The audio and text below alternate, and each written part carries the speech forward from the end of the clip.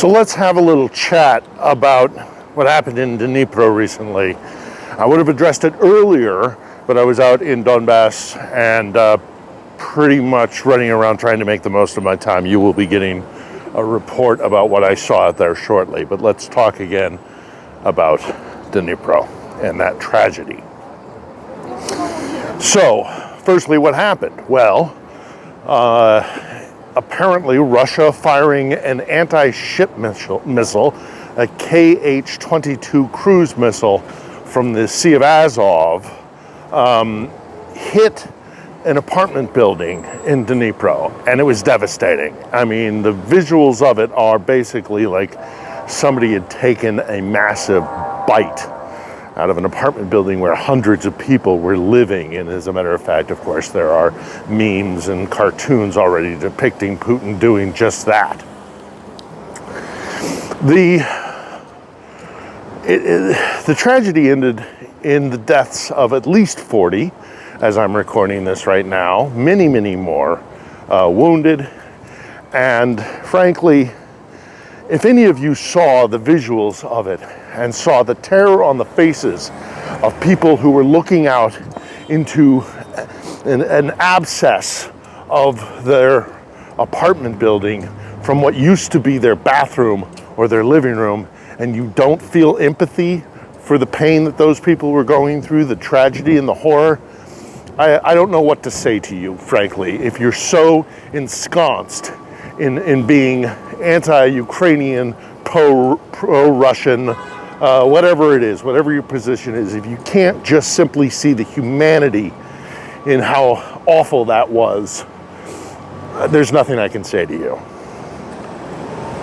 So what happened in the aftermath? Okay, in the aftermath, we're starting to get data, we're starting to get information. As I say, it was a Kh-22 cruise missile, but the Russians said, no. It was the Ukrainians themselves firing an anti-air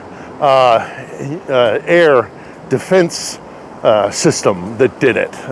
Either it did it directly or it caused the cruise missile to miss its target, and so that's why it hit civilians. Well, fuck that. Either way, it doesn't matter. It's not like the Ukrainians are willy-nilly chucking munitions into the air. Even if it was an anti-aircraft missile that took down the Kh-22, it wouldn't have had to fire if the damn Kh-22 wasn't there in the first place. So no, I don't accept that excuse.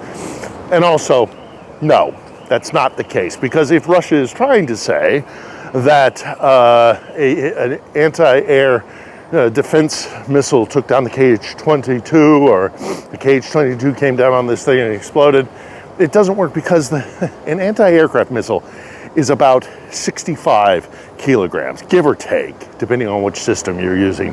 A cruise missile of the size of the Kh-22 is 1,000 kilograms. You can see clearly from the scale of the damage in Dnipro, it wasn't a 65 kilo anti-aircraft missile. Give me a break.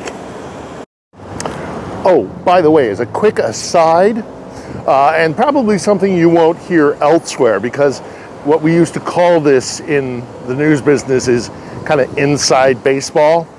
But in the aftermath of the strike in Dnipro, there was this controversial kind of jackass blogger, comedian, kind of, his whole point is to be provocative, He came out and supported this idea, or said, oh, I don't know, maybe it was an anti-aircraft missile, which the Russians used. There's a guy by the name of Alexander Arestovich.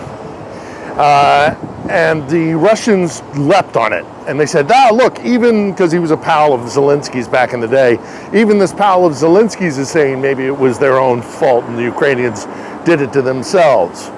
Now, he was pilloried, absolutely 100% pilloried by the rest of the Ukrainians. How could you say that? You're giving support to the enemy by even just saying this. It's irresponsible, yada, yada, yada.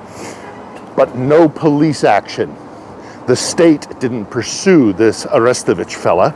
It was the public who turned on him and I suspect his future as an influencer and a vlogger is probably not going to last that much longer. But it's important to note that in the state of Ukraine, no state power, no police were used to shut him up. Now contrast that with Russia, and then you tell me that one side and the other, they're just the same. I think not. So what's the aftermath of all this awful attack in Dnipro? What can we learn from it? What are going to be the responses? Well, firstly, the mayor out in Dnipro says he thinks that they were trying to hit a power plant on the other side of the river, but that they missed. Now, these particular types of anti-ship missiles that the Russians used in this attack in Dnipro are notoriously bad at aiming, but they're just going to keep chucking these things out. And it does appear as they're changing their tactics from trying to take out the grid, so substations, wiring, anything that they can take out to diminish the electricity capacity in the country.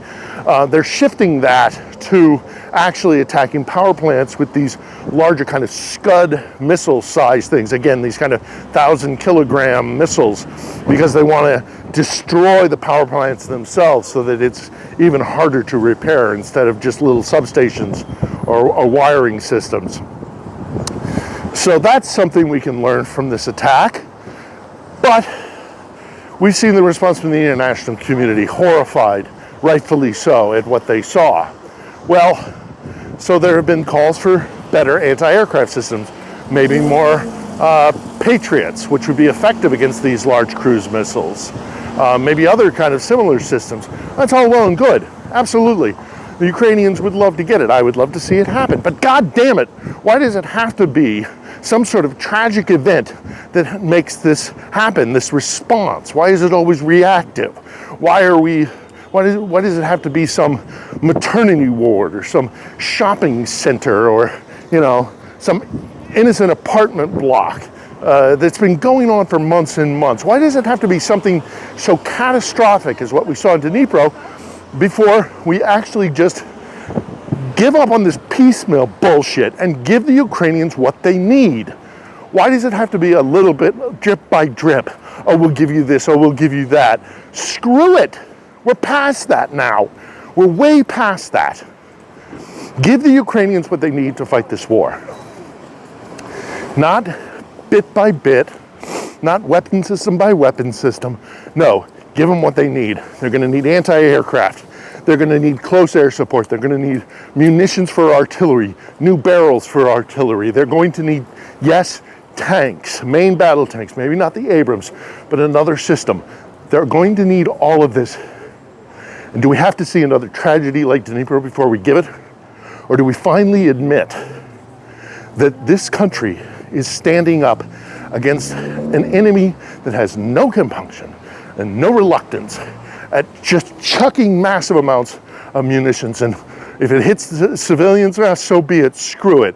Let's crush them so that they give up their will to fight. That's what the enemy is thinking. That's what the Russians are thinking.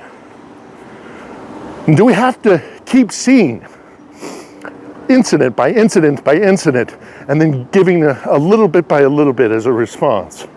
Or do we finally, for God's sakes, give the Ukrainians what they need to win this war, and let's end this thing? Slava Ukraini! Героям слава!